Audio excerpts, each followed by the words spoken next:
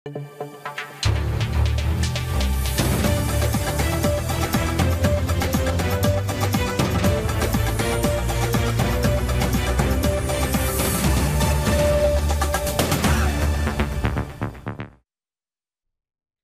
দর্শক, স্বাগত জানাচ্ছি আজকের সম্পাদকীয়তে। আমি তাজওয়ার মাহমিদ। শেখ হাসিনার বক্তব্যকে কেন্দ্র করে উত্তেজনার জেরে ধানমন্ডি ৩২-এ বুলডোজার কর্মসূচি, তারপর গাজীপুরের ছাত্র জনতার উপর হামলা, যাতে আহত হয় বেশ কয়েকজন।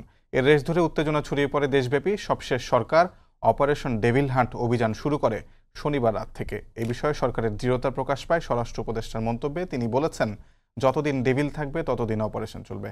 আইন শৃঙ্খলা পরিস্থিতির উন্নয়ন ও জননিরাপত্তা নিশ্চিতের জন্য এই অভিযানের প্রয়োজনীয়তা, কৌশল, পূর্বাপর রাজনৈতিক পরিস্থিতি ও প্রশাসনিক অবস্থান সহ প্রাসঙ্গিক বিষয় নিয়ে আজকের সম্পাদকীয় অপারেশন ডেভিল হান্ট। আর এ নিয়ে আলোচনার জন্য স্টুডিওতে উপস্থিত আছেন ডাক্তার সাখাওয়াত হোসেন শান্ত, সাধারণ সম্পাদক জি9, এবং রেজল করিম রনি, সম্পাদক জবান।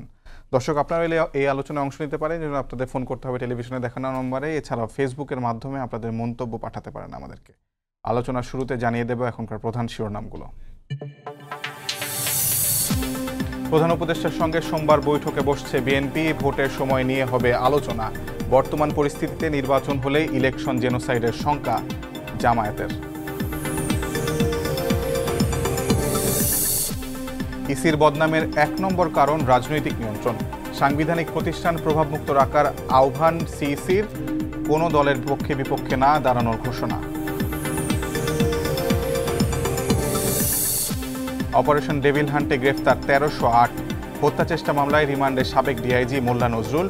শয়তান শেষ না হওয়া পর্যন্ত অভিযান, জানালেন স্বরাষ্ট্র উপদেষ্টা।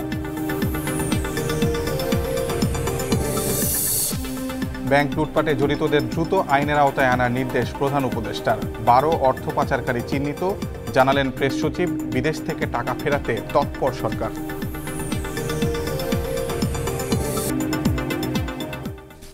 আমি আলোচনায় আসতে চাই। প্রথমেই রনি ভাই, আপনাকে দিয়ে একটু শুরু করি।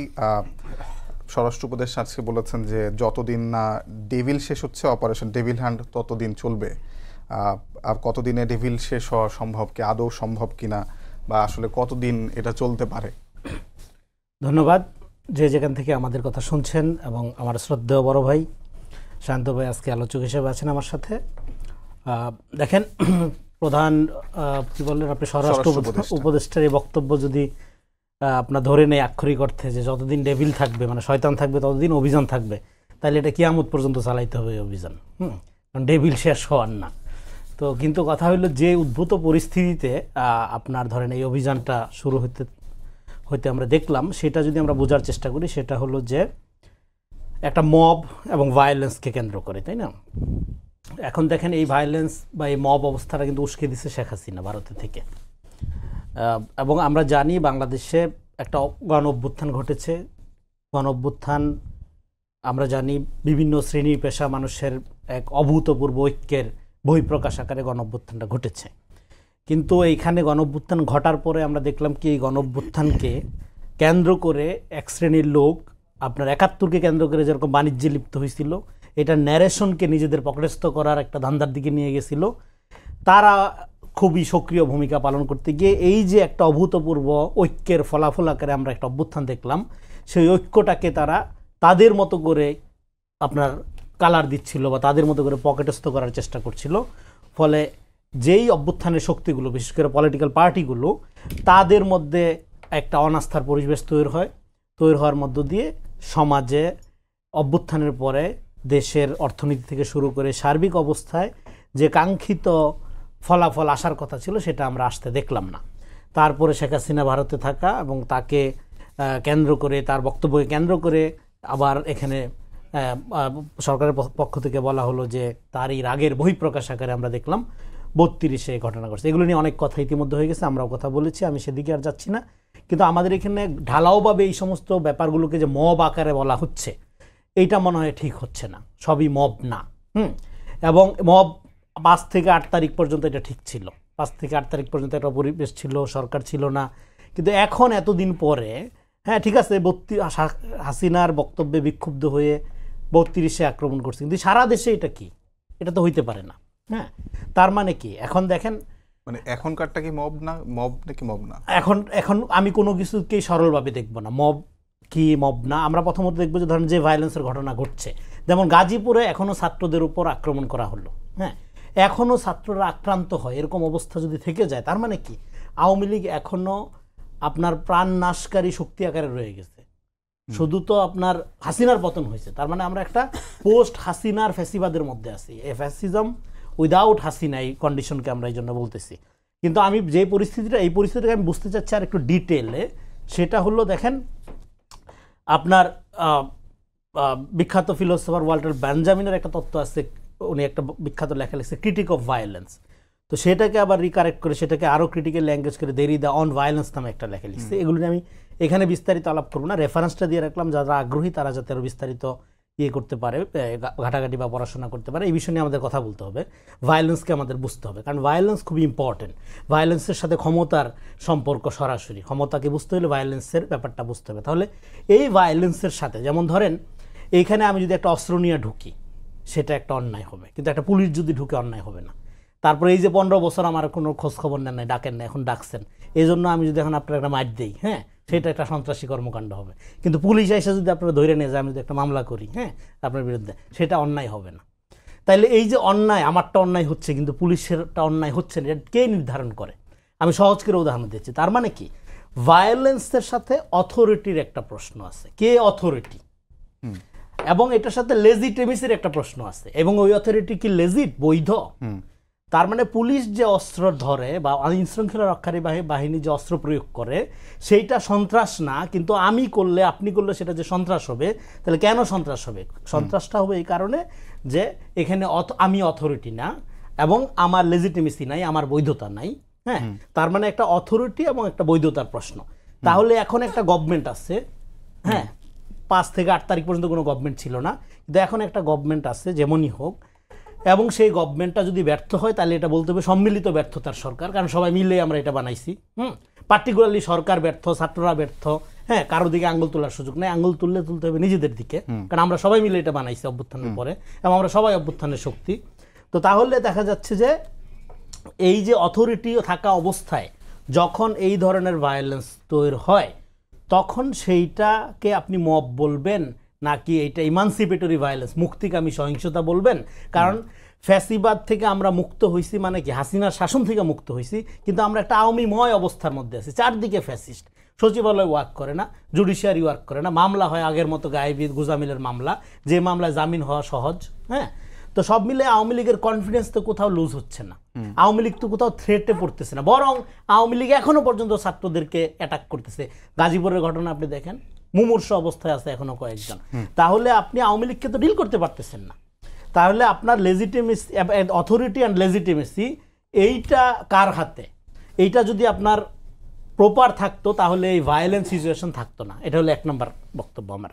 তাহলে এই যে আপনার অথরিটি এবং লেজিটিমেসি, যারা কর্তা এবং তাদের যে বৈধতা, সেই আপনার সেইটার সক্ষমতার একটা প্রশ্ন আসলো। সেই সক্ষমতাটা দেরিতে হইলেও হয়তো সরকার রিয়েলাইজ করতে পারছে, সেই কারণে ডেভিল হান্ট তারা নাম। আপনার কাছে আসবো, আপনি ডিল করার প্রশ্ন তুললেন, সেখানে আপনার একটা লেখা আমি সম্প্রতি পড়েছি, আওয়ামী লীগে কীভাবে ডিল করা প্রয়োজন, সে প্রশ্নে আমি আসবো। তার আগে আমি শান্ত ভাই আপনার কাছে জানতে চাই যে মানে ডেভিল কি শেষ করা, যেমনটি ভাই বলছিলেন যে আসলে নির্মূল করা তো সম্ভব না, আবার রিসারফেস করতে পারে কিনা, কিংবা আমরা যত মানে এটা তো মানে ইউ ক্যান নট জাস্ট মানে push it behind the carpet. তো আপনি এটা কি মনে হয় যে আসলে ডেভিল কি শেষ হবে নাকি না? আসলে সংস্কার নিয়ে যেরকম বলা হচ্ছিল যে সংস্কার শেষ না হওয়া পর্যন্ত নির্বাচন নয়, তখন যেরকম এটা আক্ষরি করতে নেওয়া সঙ্গত ছিল না যে সংস্কার চলমান, যতদিন পৃথিবী থাকবে ততদিন থাকবে। ঠিক ডেভিলও পৃথিবীর সৃষ্টির শুরু থেকে পৃথিবী শেষ হওয়া পর্যন্ত ডেভিল বা শয়তান থাকবে, এটা নির্মূল হয় না। স্বরাষ্ট্র উপদেষ্টা হয়তো আক্ষরিক অর্থে এরকম মিনও করেন নাই। তবে আমরা এই ডেভিল হান্ট করে তাদের পাকড়াও করার ক্ষেত্রে নির্মূল না হোক, অন্তত সন্তোষজনক অবস্থাটা তো আমরা দেখতে চাই। যেমন আজকে আমি সারাদিন ভরেই কিছুক্ষণ পরপরই বিভিন্ন সংবাদ মাধ্যমের অনলাইনে ঢুকেছি যে দেখি না একটা ডেভিল ধরার খবর পাই কিনা, মানে স্টার ডেভিল, খুচরা ডেভিল না। কিছুক্ষণ পরপরই ফেসবুকে ঢুকেছি, দেখি একটা আমাদের ফলোয়াররা একটা হইচই তুলে দেয় কিনা যে এই ডেভিল ধরা পড়েছে। এখন সারাদিনে আমি এরকম কোনো স্টার ডেভিল ধরার খবরই পেলাম না। এমনকি যেগুলো খুচরা ডেভিল ধরা পড়ছে সেগুলো আদৌ ডেভিল কিনা, নাকি আমাদেরকে একটা আবহ তৈরি করবার জন্য কিছুকে ধরে বলছে যে এতজন ধরা পড়েছে। অতীত এরকম বিভিন্ন অভিযানে হতো, কিন্তু গণ অভ্যুত্থান পরবর্তী সময়ে 16 বছর ধরে ফ্যাসিজম চালানো যে খুঁটি চক্র, যে আওয়ামী লীগের যে গণহত্যাকারী চক্র, তাদের যে পোষ্য প্রশাসন, পুলিশ, বিভিন্ন বাহিনীর সদস্যরা, সেগুলির মধ্যে যে আপনার একটা স্টার ডেভিলের চেহারা বা নামটা আমরা দেখতে পেলে যে উল্লসিত হতাম, পুরো জাতিকে আজকে এক বিন্দুমাত্র উল্লাস দিতে তো পারলো না। যেমন ধরেন এক সময় ওই 111-এর সময় এরকম হয়েছিল, আবার এইবারও মানে আওয়ামী লীগ আমলে দুর্নীতির খবর যখন আসতো, কোটি তো দূরের কথা, শত কোটির দুর্নীতির খবর পড়তে আমি ইন্টারেস্ট হারিয়ে ফেলেছিলাম। কারণ এত বড় চোর, এত বড় অলিগার্ক গোষ্ঠী তারা তৈরি করেছে, দুর্নীতির এত বড় মহোৎসব তৈরি করেছে যে 1000 কোটি টাকার নিচের দুর্নীতির নিউজ হলে আমার কাছে মনে হলো ও ছোট লোক দুর্নীতিবাজ, এটা তো কাতারে উঠতে পারে না। সেরকম এই যে বাহিনীগুলো এখন যাদের পাকড়াও করছে, এদের কাছে গত 6 মাস ধরে এই বড় বড় শয়তানগুলা, খুনি, গণহত্যাকারী, টাকা পাচারকারী, ব্যাংক লুটেরা, তারা কে কোথায় আছে, কোন গুহায় কোন শয়তান লুকিয়ে আছে, তার বিন্দুমাত্র তথ্য কি আমাদের গোয়েন্দাদের হাতে নাই? তাহলে যদি থেকে থাকে সেই তথ্যতে অভিযান পরিচালনা করা এই বাহিনীকে দেওয়া দরকার বা তাদের নেওয়া দরকার। তারা গিয়ে অন্তত দিনে 2-4টা স্টার ডেভিল ধরে এই জাতিকে উজ্জীবিত করুক। তাদের প্রতি যে সন্দেহ আছে গোটা জাতির, যে এই বাহিনীগুলোর মধ্যে এখনো আওয়ামী লীগের ফ্যাসিবাদের ভূত চেপে বসে আছে, তারা লোক দেখানো দায়িত্ব পালন করছে। সত্যিকার অর্থে গণঅভ্যুত্থানের যে চেতনা, বিপ্লবের যে চেতনা, পরিবর্তিত বাংলাদেশের যে আকাঙ্ক্ষা মানুষের মধ্যে, সেটাকে ধারণ করে দায়িত্ব পালন তারা করছে না। অনেকে বিভিন্ন জায়গায় তারাই বসে আছে, এরকম সন্দেহ মানুষের মধ্যে আসছে, আলোচনা আছে। অন্তত সেখান থেকে নিজেদের বাহিনীকে এবং নিজেদের ইমেজ বের করে আনবার জন্য তাদেরকে তো কিছু শয়তান ধরে দেখানো দরকার ছিল যে আমরা শুধু লোক দেখানো নয়, কথার কথা নয়, পরিবর্তিত যে বাংলাদেশের আকাঙ্ক্ষা দেশবাসী করছে, ছাত্র জনতা করছে, যার জন্য এত মানুষ জীবন দিল, আমরা সে আকাঙ্ক্ষাকে ধারণ করে দায়িত্ব পালন করা শুরু করেছি। তার লক্ষণ কিন্তু এখনো দেখলাম না আমরা। ফলে অন্তত কি স্টার ডেভিলরা যদি দেশে নাও থাকে, আপনার ভাষায় স্টার ডেভিল, আপনার কি মনে হয় এত আওয়ামী লীগ আমলে 16 বছরে কোথায় আছে সেটা কি আসলে ভাই একটু সরকার কারেকশন দেই, এত ছোট করে দেখবেন না আওয়ামী লীগকে, ফ্যাসিবাদকে। আমি বলছি যে দেশে যদি নাও থাকে 16 বছরে স্টার ডেভিল হয়েছে অন্তত 16,000 পাবেন আপনি, যারা মার্কা মারা একেবারে জঘন্যতম অপরাধী।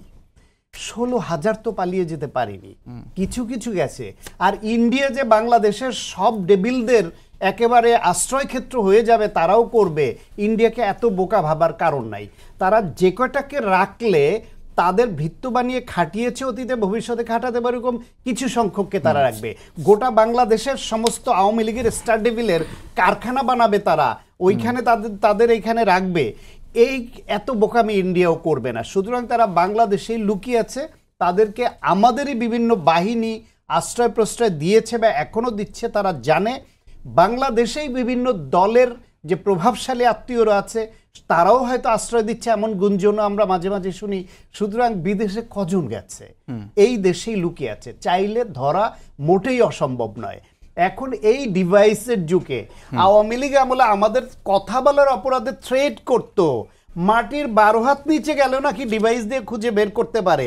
আমার মোবাইল সেট বন্ধ রাখলো, সেটা মাইক্রোফোন হিসেবে ইউজ করে তারা আমার কথা রেকর্ড করার ডিভাইস নাকি ইসরায়েলি ডিভাইস নিয়ে আসছে, কত কত কাহিনী বলতো। তাহলে সেই ডিভাইসগুলি গেল কোথায়? সেগুলোর ব্যবহার তো এখন ডেভিলদের ধরার জন্য দেখতে চাই আমরা। আমি আরেকটা প্রশ্ন করি আপনাকে। আজকে মির্জা ফখরুল ইসলাম আলমগীর যুক্তরাষ্ট্র থেকে ফিরেছেন, তিনি এয়ারপোর্টে বলেছেন যে আমরা যেন শেখ হাসিনার পাতা ফাঁদে পা না দেই। শেখ হাসিনার পাতা ফাঁদ কোনটা?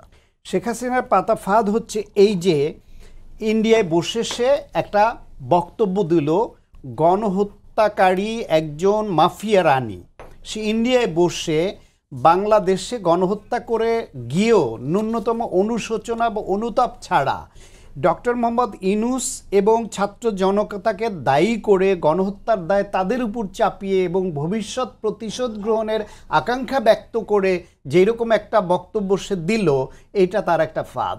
কারণ ইন্ডিয়ার প্ররোচনায় ইন্ডিয়ার মাটি ব্যবহার করে এই বক্তব্যটা শেখ হাসিনা দিয়েছে। সেখানে বাংলাদেশেরও কোনো না কোনো কর্নার থেকে ইন্ধন আছে। সেটাকে কেন্দ্র করে যদি বাংলাদেশে যেরকম ভাঙচুর, নানান রকমের যে অ্যানার্কি তৈরি হচ্ছিল, সহিংসতা তৈরি হচ্ছিল, এটা যদি গভর্নমেন্টের নিয়ন্ত্রণের বাইরে চলে যায়, তাহলে বাংলাদেশের যে গণতন্ত্রের পথে উত্তরণের যে আকাঙ্ক্ষা, সেটা ব্যাহত হতে পারে। এবং সেটাই শেখ হাসিনার চাওয়া। সে চায় তার ফ্যাসিবাদের যে আকাম কুকাম করেছে তার থেকে বাংলাদেশ আরও খারাপ হোক, যাতে তার ওই খারাপ কাজ মানুষ ভুলে গিয়ে বলে আমরা তো আগেই ভালো ছিলাম, এর থেকে এখন তো আরও খারাপ হচ্ছে। এটাই তার ফাঁদ। সেজন্য ধৈর্য ধরে, সহিংসতা না করে, বুদ্ধিমত্তা এবং প্রশাসনিকভাবে দক্ষতার পরিচয় দিয়ে দেশকে এগিয়ে নিয়ে যেতে হবে, গণতন্ত্রকে এগিয়ে নিতে হবে এবং ভবিষ্যতে যাতে নিয়মতান্ত্রিক একটি নির্বাচনের মাধ্যমে জনগণের প্রতিনিধিদের হাতে ক্ষমতা হস্তান্তর করা যায়, সেদিকে এগোতে হবে। কোনোভাবেই কোনো ষড়যন্ত্র বা কোনো তৃতীয় পক্ষের হাতে ক্ষমতা চলে যায় এরকম পরিস্থিতি তৈরি হওয়া, কিংবা বিদেশি কোনো ষড়যন্ত্রকারীরা যাতে এখানে সুবিধা করতে পারে, সেই দিকে হাতে পা দেওয়া যাবে না। বিস্তারিত জানবো। আমি রনি ভাইয়ের কাছে জানতে চাই যে আপনি এটাকে ইমানসিপেটরি ভায়োলেন্স বলছেন, ভাই এটাকে অনেকাংশে অ্যানার্কি অনেকে ধারণা করছেন, আমরা রেভলিউশনারি ভায়োলেন্সের কথা জানি।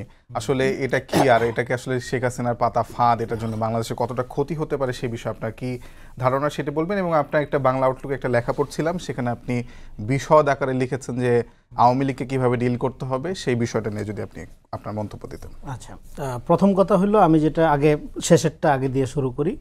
আমি যেটা বলতেছি বারবার, আগামী দিনে বাংলাদেশের রাজনীতি তৈরি হবে আওয়ামী লীগ বিষয়ে বা আওয়ামী লীগকে আমরা কে কীভাবে ডিল করব তার আলোকে। এখন আওয়ামী লীগ কী, আমার কাছে মনে হয় যে আওয়ামী লীগ ব্যাপারটা আমরা বুঝি না। মানে আমাদের এখানে যারা রাজনীতি করে তারাও আওয়ামী লীগ ব্যাপারটা বোঝে না। কারণ হলো তারা আওয়ামী লীগকে এখন অনেক লোক আছে রাজনৈতিক সংগঠন মনে করে। আওয়ামী লীগ কোনো রাজনৈতিক সংগঠন না, কারণ ফ্যাসিবাদের কোনো রাজনীতি থাকে না। ফ্যাসিবাদের থাকে একটা দানবীয় সংগঠন, এবং সেই সংগঠনটা টিকায় রাখার জন্য থাকে একপাল অলিগার, যারা লুটপাটের একটা সিন্ডিকেট গড়ে তোলে এবং বাকিরা প্রজা থাকে। তো সেই শক্তিটাকে গণ অভ্যুত্থানের মধ্য দিয়ে আমরা বিতাড়িত করলাম। এখন এই গণ অভ্যুত্থানটাকে নিয়ে আমাদের কি গর্ব করার মতো কোনো অবস্থা আছে? আমি মনে করি নাই। দেখেন, 20 তারিখে যখন এইভাবে পশুর মতো, পাখির মতো আপনার মারতেছিল বাচ্চাদের, তখন 20 তারিখ মানে বাংলাদেশ সময় হইতে 21 তারিখ হয়ে গেছে। তখন তারেক রহমানের একটা পোস্ট আমরা দেখলাম, সেটা ভাইরাল হইল, যে উনি লিখতেছিল যে আওয়ামী ফ্যাসিস্টরা আমাদের বাচ্চাদের নির্বিচারে পাখির মতো গুলি করে হত্যা করছে, আপনারা রাস্তায় নামেন, আমাদের বাচ্চাদের বাঁচান। এখন আওয়ামী লীগ প্রতিনিয়ত থ্রেট দিচ্ছে। আপনারা কনস্পিরেসি নিয়ে কথা বলতেছেন, মানে ষড়যন্ত্র নিয়ে কথা বলতেছেন, তো আমি ষড়যন্ত্রই পড়তেছি, ম্যাকিয়াভেলির কনস্পিরেসি পড়তেছি। তো ম্যাকিয়াভেলি বলতেছে, the threat of bloodshed is more dangerous than is the shedding of blood. আপনার ব্লাড শেড করার চেয়ে, ব্লাড শেড করবো যে আপনার রবটা, আপনাকে আমি মারবো এটা দিনে 100 বার বলা, আর আপনাকে একবার মারা, তার চেয়ে আপনাকে এই যে মারবো বইলা যে আপনাকে একটা ট্রমাটিক অবস্থার মধ্যে রাখা, আপনাকে ফেয়ারের মধ্যে রাখা, এটা মোর ডেঞ্জারাস দেন একবার মারার চেয়ে। সহজ অনুবাদ যদি বলি। তো আওয়ামী লীগ কী করতেছে? আওয়ামী লীগ এখানে যদি রেলিভেন্ট থাকবে শুধুমাত্র তখনই যখন এখানে একটা ক্যাওয়াটিক কন্ডিশন জারি থাকবে, যখন এখানে একটা ভায়োলেন্ট কন্ডিশন জারি থাকবে। এবং আওয়ামী লীগ কী বলে? ফেরত আসবো ভয়ঙ্কর রূপে, গাছের লতা পাতায় লিখে রাখে, দেয়ালে ওয়ালে লিখে রাখে। তার মানে আওয়ামী লীগ ফেরত আসা মানে হলো একটা সন্ত্রাস আকারে ফেরত আসা, এবং অবশ্যই ভারতীয় পৃষ্ঠপোষকতায় ফেরত আসা। তাহলে এইরকম একটা শক্তিকে, যেটা আগাগোড়া বাংলাদেশ বিরোধী একটা লুটপাটের সিন্ডিকেট, সেটাকে রাজনৈতিক সংগঠন মনে করার কোনো কারণ নেই। আপনি সিন্ডিকেট উল্লেখ করেছেন আপনার লেখায়, যে আওয়ামী লীগ একটা পলিটিক্যাল পার্টি না, এটা সিন্ডিকেট। এইবার এই সিন্ডিকেটের আপনার কিছু রেটরিক্স আছে। এই সিন্ডিকেট মুক্তিযুদ্ধের চেতনা, অসাম্প্রদায়িকতা, হাবিজাবির মধ্য দিয়ে এটার একটা কালচারাইজেশন হয়েছে বাংলাদেশে। আমি যেটা বলি যে ধরেন 9/11-এর সময় যেরকম পৃথিবীর বুদ্ধিজীবীর বিবেক আত্মহত্যা করছিল, ইসলামের বিরুদ্ধে যুদ্ধ, অনন্ত যুদ্ধের নামে মুসলমানদের পক্ষে দাঁড়ানোর মতো কণ্ঠ দুনিয়াতে খুঁজে পাওয়া যায়নি খুব একটা। বাংলাদেশে শাহবাগেও এরকম বুদ্ধিজীবীর আত্মহত্যা করছিল। এখানে শাহবাগের মধ্যে যে ফ্যাসিবাদের যে সামাজিকীকরণ হয়েছে, সেই সামাজিকীকরণ এখানে আওয়ামী লীগকে এরকম একটা দানবীয় ফ্যাসির শক্তি আকারে আবির্ভূত হইতে সহযোগিতা করছে। তো এইটা এখন এই কারণে আওয়ামী লীগটা হয়ে গেছে আমাদের এখানে একটা নফসানিয়াতের অংশ, আমাদের মননের অংশ, আমাদের চৈতন্যের অংশ। কিভাবে আপনি আওয়ামী লীগ না করেও আওয়ামী লীগ হইতে পারেন, মানে আওয়ামী বিরোধী আওয়ামী লীগ আর হইতে পারেন। আপনি যদি মনে করেন ঘুষ দিয়া চাকরি নেওয়ার কোনো সমস্যা নেই, আপনি যদি মনে করেন ছলে বলে কৌশলে ক্ষমতা যাওয়া দরকার আছে, হ্যাঁ এটা ভালো জিনিস। আপনি যদি মনে করেন ভোটের দরকার নেই, হ্যাঁ ক্ষমতায় আসল, আপনি আওয়ামী লীগ। আপনি বিএনপি করলেও আওয়ামী লীগ, আপনি জামাত করলেও আওয়ামী লীগ। ফলে এই যে আওয়ামী লীগ, হ্যাঁ এটাগুলো একটা চৈতন্য, দর্শন, চিন্তা, সংস্কৃতি এদিক থেকে। অন্যদিকে যদি কেউ বলে যে মানে গণঅভ্যুত্থানে আসলে ম্যান্ডেট, সেক্ষেত্রে কি সে আওয়ামী লীগ? এটা গণঅভ্যুত্থান কখনো ম্যান্ডেট না। কারণ হলো আপনার আওয়ামী লীগের বিরোধিতা, ছাত্ররা আওয়ামী লীগের বিরোধিতা, জামাতের আওয়ামী লীগের বিরোধিতা আর বিএনপির আওয়ামী লীগের বিরোধিতা এক না। বিএনপি যে অর্থে আওয়ামী বিরোধী, জামাত কি অর্থে আওয়ামী বিরোধী? যেমন ধরেন আপনি খবরে পড়তেছিলেন জামাত আমিরের মনে হয় একটা মন্তব্য, যে উনি বলতেছে যে এই অবস্থায় ইলেকশন দিলে কি হবে, এটা বাজে অবস্থার দিকে যাবে নাকি, উনি গৃহযুদ্ধের আশঙ্কা দেখতেছে না। তার মানে এখন আমি একটা রেসপন্স করি এই কথাটার, আপনার এই ভায়োলেন্ট সিচুয়েশন তাহলে কাকে হেল্প করতেছে? দেখেন, কোনো সহিংসতা যখন ঘটে, সেই সহিংসতার আপনি কে ঘটাইছে সেটা অনেক সময় খুঁজে পাওয়া যায় না। যেমন অগ্নিকাণ্ডে কিছুদিন আগে আমরা দেখলাম অনেক অগ্নিকাণ্ড, এটা খুঁজে পাওয়ার একটা তরিকা আছে, সেটা হলো কে বেনিফিশিয়ারি।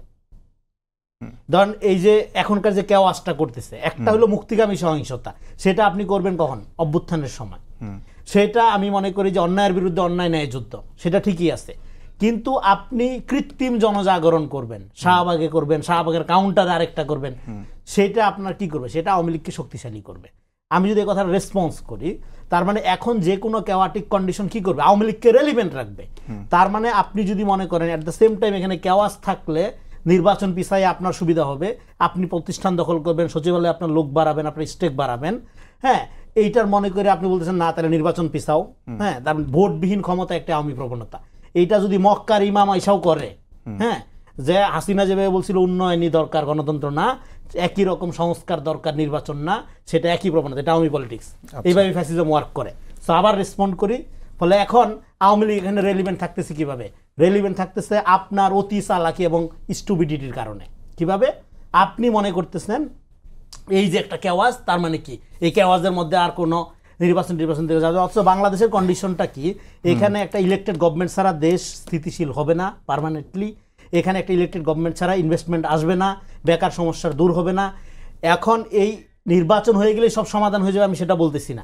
ডেফিনেটলি 5 তারিখের আলোকে রাজনৈতিক দলগুলোরও নিজেদের মধ্যে একটা নতুন বাংলাদেশের নাগরিক ভিত্তিক বাংলাদেশ রাজনীতি, একটা ডেমোক্রেটিক, প্রপার, অ্যাকাউন্টেবল, ট্রাস্ট অর্থে রাজনীতি নির্মাণ করতে পারতে হবে। এটা রাজনৈতিক দলগুলোর জন্য চ্যালেঞ্জ, সেটা আমরা বহুবার বলছি। কিন্তু তার মানে এইটার সুযোগ নিয়ে আপনি এখন যত কেওয়াটিক কন্ডিশনকে রাইখা দিবেন তত আওয়ামী লীগ রেলিভেন্ট থাকবে।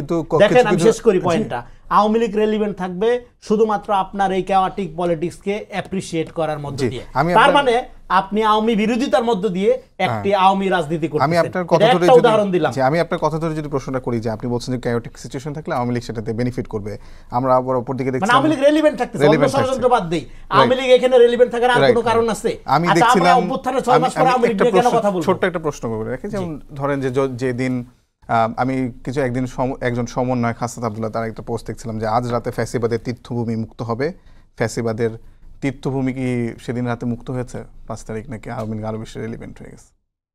দেখেন, ফ্যাসিবাদটা আপনি যদি পৃথিবীর কোনো ইতিহাসে অভ্যুত্থানের পরে ফ্যাসিবাদের এই যে সিম্বল, আইকন, মন্দির বা তাদের যে ধরেন এই যেগুলো আপনার সিম্বলিক স্থান, এগুলো প্রোটেক্ট থাকে না, এগুলো মাটির সাথে মিশে যায়, এটা নর্মাল ঘটনা।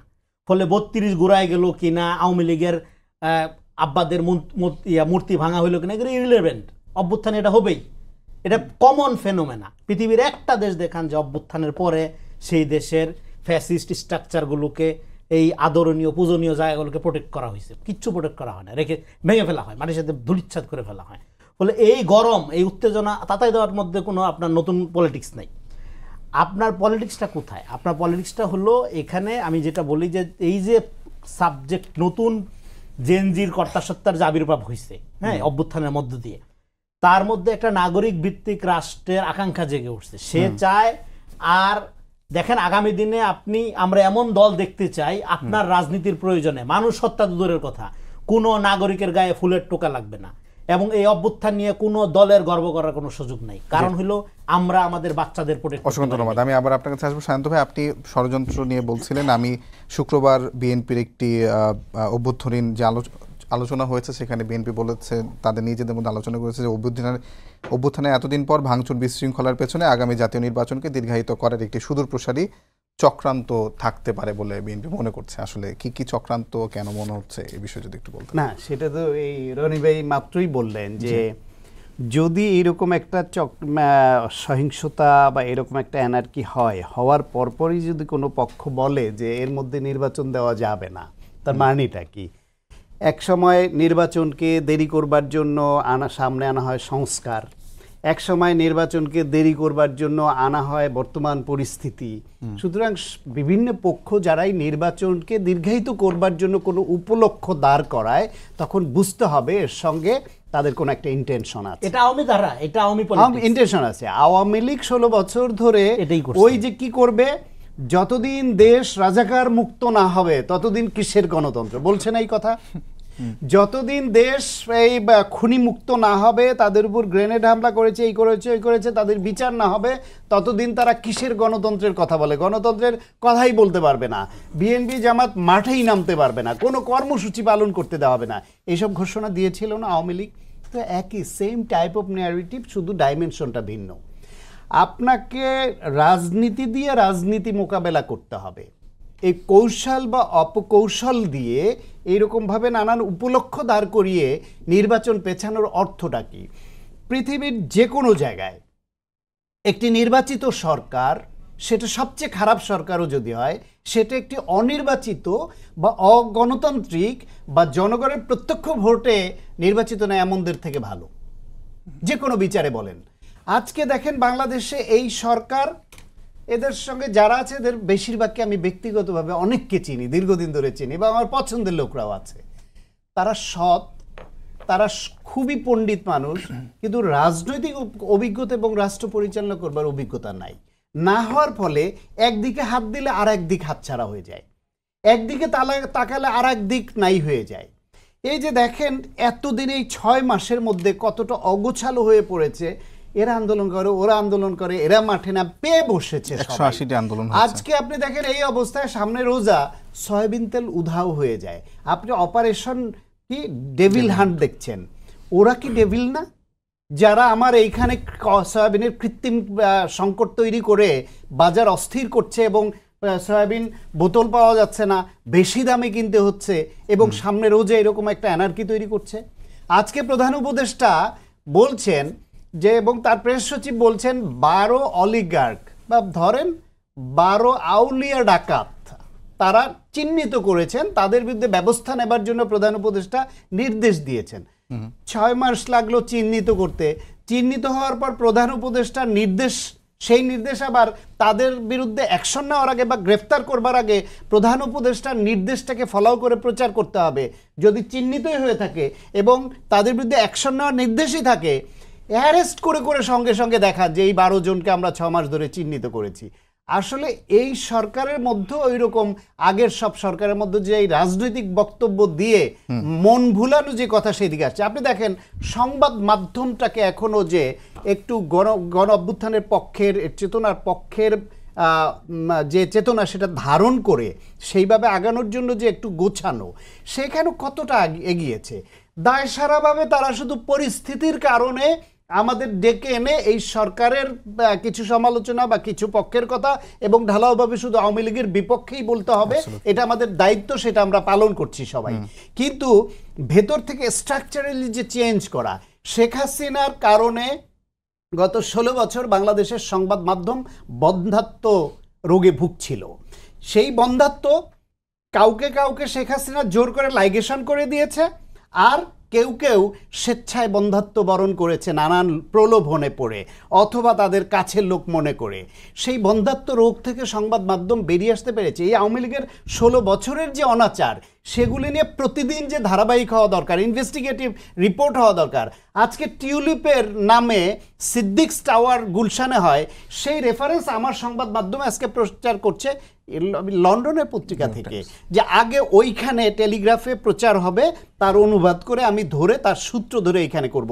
আমার দেশের এইরকম ঘটনা গুলশানের মতো জায়গায় এই টাওয়ার দাঁড়িয়ে আছে, সেইটা 6 মাসে সংবাদ মাধ্যমে আসতে পারে না কেন? আমাদের কি সক্ষমতার অভাব, নাকি আমরা প্রলেপ দিচ্ছি? এই যে শেখ পরিবার, শেখ রেহানা, শেখ হাসিনা, তাদের পরিবারের মধ্যে 4টা বাগান বাড়ি আবিষ্কার হয়, সেটা নিয়ে আর রিপোর্ট কোথায়? শুধু জানলাম 4টা বাগান বাড়ি আছে, 25 বিঘা জমি আছে এবং কি কি আছে। এইরকম অসংখ্য জায়গায় তারা ডাকাতি করে সম্পদ গড়েছে, দেশের বাইরে করেছে। তা এই যে সেনাবাহিনীর অভ্যন্তরে তাদের 626 জনের মতো লোককে আশ্রয় দিয়েছিল, 6 মাস চলে গেল, আমরা এখনো জানতে পারলাম না যে কোন সব ডেভিলরা ওইখানে লুকিয়েছিল, কাদেরকে ছেড়ে দেওয়া হয়েছে, তারা এখনো আটক আছে, তারা বাংলাদেশে আসছে নাকি চলে গেছে।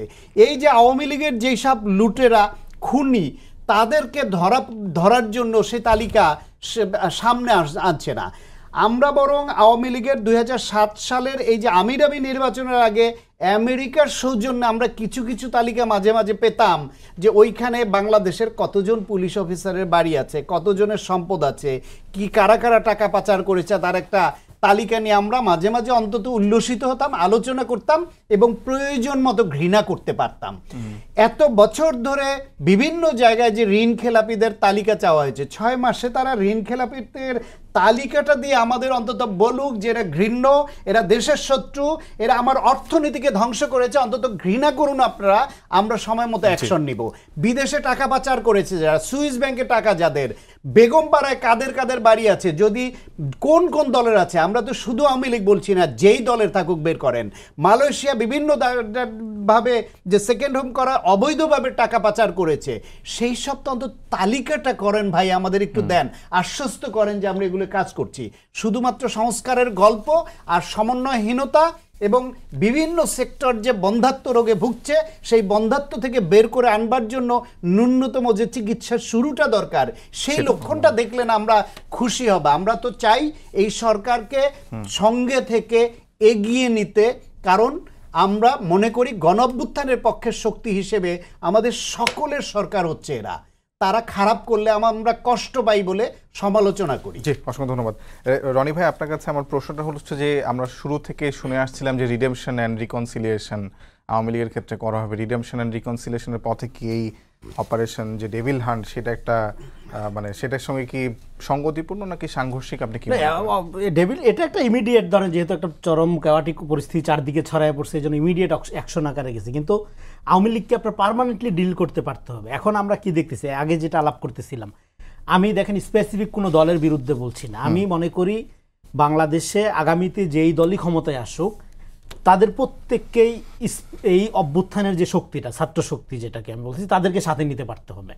কারণ আগামীতে একটা ভয়ঙ্কর সময় আমাদের জন্য অপেক্ষা করতেছে। কারণ হইলো এই দেশরত্ন যেটা, হ্যাঁ, এই এত বড় বিষাক্ত রত্ন ভারতে বসে রয়েছে, হ্যাঁ, এইটা আপনি যদি ফিরায় না আনেন, এই রত্ন দেশে আইনা যদি বিচার না করতে পারেন, আপনি নির্বাচন দেওয়ার পরে যে দলটা ক্ষমতায় আসবে, শান্তিতে দেশ চালাইতে পারবে না। আসল চ্যালেঞ্জিং টাইম শুরু হবে আমি মনে করি আপনার একটা নির্বাচিত সরকার ফর্ম হওয়ার পরে। সেক্ষেত্রে এই অভ্যুত্থানের যে স্পিরিটটা, শক্তিটা, বিশেষ করে যে ছাত্রদের নেতৃত্বে, ছাত্র জনতার অভ্যুত্থান তো বলি আমরা, এই যে সম্মিলিত এবং ছাত্ররা যে সামনে থেকে এই যে জেনজি জেনারেশন যে দাঁড়াইলো, তাদেরকে তাদের সাথে থাকতে হবে। পলিটিক্যাল পার্টিগুলোকে, আমি সবগুলো পার্টিকেই বলতেছি, তাদেরকে সাথে নিয়েই প্রতিরোধটা করতে হবে। কারণ দেখেন, গাজীপুরে এতদিন পরে আওয়ামী লীগের লোক এসে গুলি করে পিটায়, মুমূর্ষ অবস্থায় আহত হয় ছাত্ররা। আমি বলতেছি অভ্যুত্থান নিয়ে আমাদের তো গর্ব করার কিছু নেই, কারণ আমরা বাচ্চা বাচ্চা ছেলেদেরকে সেভ করতে পারিনি, প্রোটেক্ট করতে পারিনি আমরা আমাদের সন্তানদের। ওই যে আমি একটু আগে তারেক রহমানের পোস্টের কথা বলতেছিলাম 21 তারিখে। তো আমি মনে করি এখন এই যে বাচ্চাদের এখনো যে মারতেছে আওয়ামী লীগ, 21 তারিখে আপনি যে একটা ডাক দিছিলেন, আপনি যেভাবে বলছিলেন আমাদের বাচ্চাদের সেভ করো, রাস্তায় নেমে আসো, আপনার বাচ্চারা এই অভ্যুত্থানের শক্তি এখনো আনসেভ, তারা নিরাপত্তাহীনতায় ভুগতেছে। রাজনৈতিক দলগুলোকে আমি মনে করি তাদের ভ্যানগার্ড হিসেবে দাঁড়ানো উচিত। কিন্তু আমি এখন দেখতেছি কি, ক্ষুদ্র স্বার্থবুদ্ধির কারণে এখানে এই অভ্যুত্থানের পুরো শক্তিগুলোর মধ্যে একটা বিভেদ তৈরি করা হচ্ছে। দেখেন এইটা একটা রেজিস্ট্যান্স ছিল, তাই না, মানে আন্দোলন, প্রতিরোধ, প্রতিবাদ, মানে কোটা সংস্কারের জন্য, তাই না? সেই প্রতিবাদ থেকে যখন এটা আন্দোলনের রূপ নিল, আপনি তো প্রতিবাদ করলেন, তারপরে ক্র্যাকডাউন হলো, হ্যাঁ, সাগত ভাইরা তো মানে শান্ত ভাইরা তো ফার্স্ট আওয়ার এই অ্যারেস্ট, গায়েবে জানাজা যায় এই অ্যারেস্ট, হ্যাঁ। তো আপনার তারপরে আপনি ডিবির তত্ত্বাবধানে থেকে আন্দোলন উইথড্র করলেন, তাই না? আন্দোলন আপনি তখনও পর্যন্ত এটা কিন্তু মুভমেন্টে রূপান্তর হয়। আমার হাতে সময় খুব কম, 30 সেকেন্ডে যদি আপনি মুভমেন্টে নিয়ে গেল, যখন জনতা সংযুক্ত হলো, এই জনতা কারা? এই জনতাদের পলিটিক্যাল এজেন্সি আছে, এই বিএনপি জামাত পলিটিক্যাল পার্টি। ফলে অভ্যুত্থানের মধ্যেই যে রাজনৈতিক বন্দোবস্ত কায়েম হয়ে গেছে, নো, অভ্যুত্থান একটা পপুলার ম্যান্ডেট, অভ্যুত্থান একটা পপুলার ঐক্য, এবং এটা তাৎক্ষণিক ঐক্য, এবং তাৎক্ষণিক ঐক্যটার মধ্যে দিয়ে রাজনৈতিক বন্দোবস্ত কায়েম হয় না। রাজনৈতিক বন্দোবস্ত কায়েমের জন্য রাজনীতি লাগে, এজন্য আমাদের একটা রাজনীতি লাগবে। এখন আমরা দেখতে পাচ্ছি কি, আওয়ামী বিরোধী আওয়ামী রাজনীতি, ভারত বিরোধী ভারতীয় রাজনীতি। এই যে মডেলটা, এই জায়গা থেকে মুক্ত হওয়ার জন্য আমাদের ট্রুলি রিকনসিলিয়েশন করতে পারতে হবে। আওয়ামী লীগ একটা আইডিয়া আকারে এটাকে বিআওয়ামীকরণ করতে হবে, ডিআওয়ামীকরণ করতে হবে, ডিরুটেট করতে হবে আওয়ামী লীগকে আমাদের প্রত্যেকের স্বভাবের মধ্য থেকেও। অসংখ্য ধন্যবাদ। জি শান্ত ভাই, আপনার কাছে শেষ প্রশ্ন। রনি ভাই যেমনটি বলছিলেন যে ক্ষুদ্র স্বার্থের জন্য রাজনৈতিক দলগুলোর মধ্যে বিভেদ তৈরি হচ্ছে, এই বিভেদকে ঐক্যে পরিণত করার উপায় কি আপনার কাছে? 1.5 মিনিট মতো সময় আছে। উপায় হচ্ছে ঐক্য। এখন এই ঐক্য করতে হলে প্রত্যেককেই কিছুটা ছাড় দিতে হয়। প্রত্যেকেই যদি মনে করে যে তার যে কোনো উপায়ে ক্ষমতায় আসতে হবে, এই আকাঙ্ক্ষাটাই হচ্ছে রাষ্ট্রের জন্য খারাপ। যে কোনো উপায় শব্দটাই একটা নেগেটিভ শব্দ।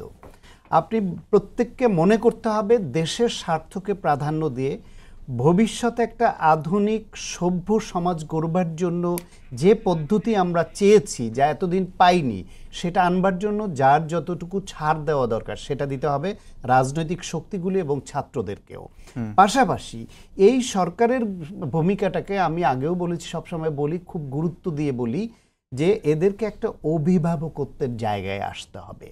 যেহেতু ডক্টর মোহাম্মদ ইউনূসকে সবাই মানে, উনি ইন্টারন্যাশনালি এমন একটা ফিগার যে সারা পৃথিবী ওনাকে রেসপেক্ট করে, বাংলাদেশেও করে। সুতরাং উনি চাইলে এই যে বিভিন্ন রাজনৈতিক শক্তির মধ্যে মাঝে মাঝে অনৈক্যের সুর, যত বেশি উনি ডাকবেন, বসবেন, হাত মিলাবেন, তত বেশি ঐক্য থাকবে, তত বেশি আওয়ামী ফ্যাসিবাদ ইরেডিকেটেড। অসংখ্য ধন্যবাদ সবাইকে। ধন্যবাদ জানিয়ে শেষ করছি আজকের সম্পাদকীয়। আগামীকাল রাতে আবারও দেখা হবে, দেখার আমন্ত্রণ রইল। শুভরাত্রি।